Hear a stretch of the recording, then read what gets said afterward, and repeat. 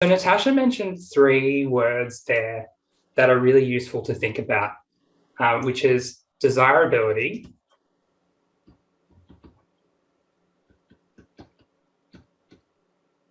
so desirability is about, do the people that we're innovating for, do they actually want this thing? Is this interesting and useful to the people who we're helping?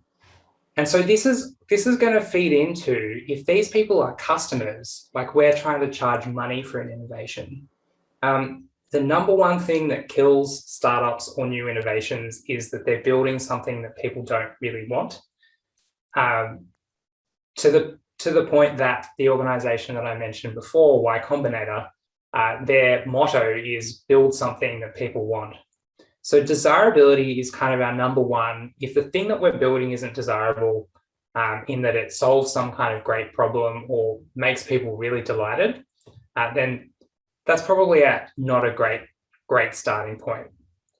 Number two is viability. So viability is going to be about, can we build some kind of business model around this where it's sustainable for us to continue offering this product or service, either as a business or even as a not-for-profit, but that we can keep enough money coming in to keep the lights on. And so that's going to be partly informed by desirability, but there's a little bit of difference in if we're building a product for or a service for people who don't have very much money to pay for it, then we have to be aware that that's going to impact the viability of our product. So viability is kind of an important step to figuring out, do we have a sustainable business model?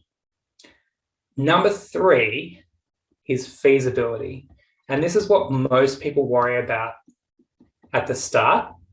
And it's usually actually the thing that we sort of need to leave until a little bit later. And feasibility is, can we do this? Is it actually possible to build what we're proposing?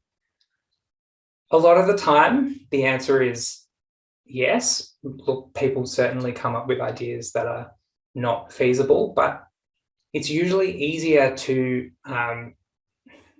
overcome this challenge than it is to overcome the challenge that actually what we want to build is just not something that people want. So if we want kind of a quick matrix to help us make a decision, something that I suppose then should also inform our decision is, so this is all about sort of an idea. The other part is about you as a person, and this is about, do I care about this problem that I'm looking to solve? How interested am I? How much do I know? So what's my subject matter expertise in this particular area? And we can't do things alone. So the other thing to consider is, how many people do I know? If I'm looking to, for example, develop some kind of solution to help people exercise every morning. It's a 60-second exercise app while people brush their teeth. What are my networks like with regards to exercise professionals? If I don't know anything about exercise and I don't have any expertise there, I'm probably not the right person.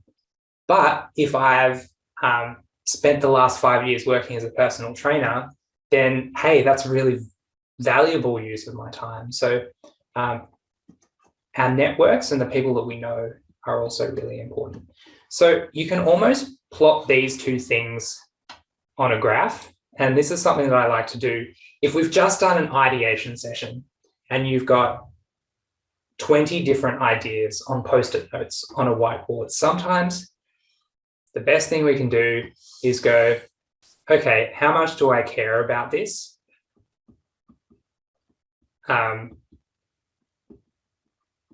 Or know about this?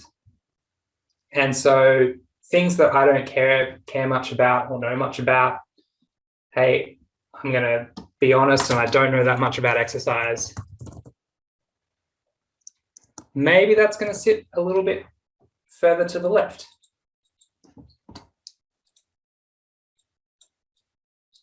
And then another past life that I had before I worked at BT Financial Group and Westpac was I worked as a bespoke shoemaker.